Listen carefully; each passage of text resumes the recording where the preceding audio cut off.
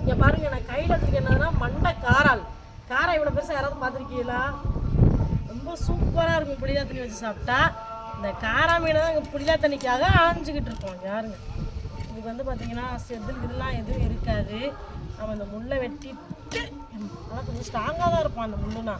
கடையில் இந்த காரம் கிடச்சின்னா கண்டிப்பாக வாங்குங்க, சூப்பராக இருக்கும். குழந்தை பெற்றவங்களுக்குலாம் இதை வச்சு மருந்து குழம்பு வச்சு கொடுத்தீங்கன்னா நல்லா பால் வரும், ரொம்ப நல்லது.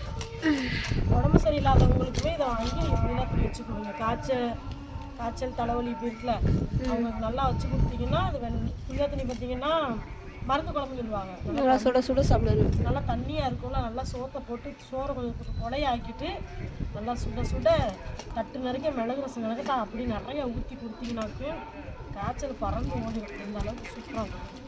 ஏன் காரில் பார்த்தீங்கன்னா வஞ்சரம் பீஸ் மாதிரி கொடுக்கணும் காரம்.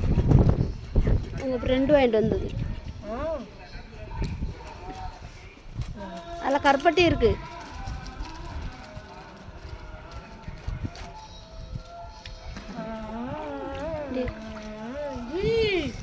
தடி மணி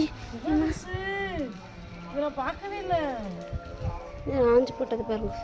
தண்ணி காட்டிங்க எவ்வளோ அப்படி போட்டு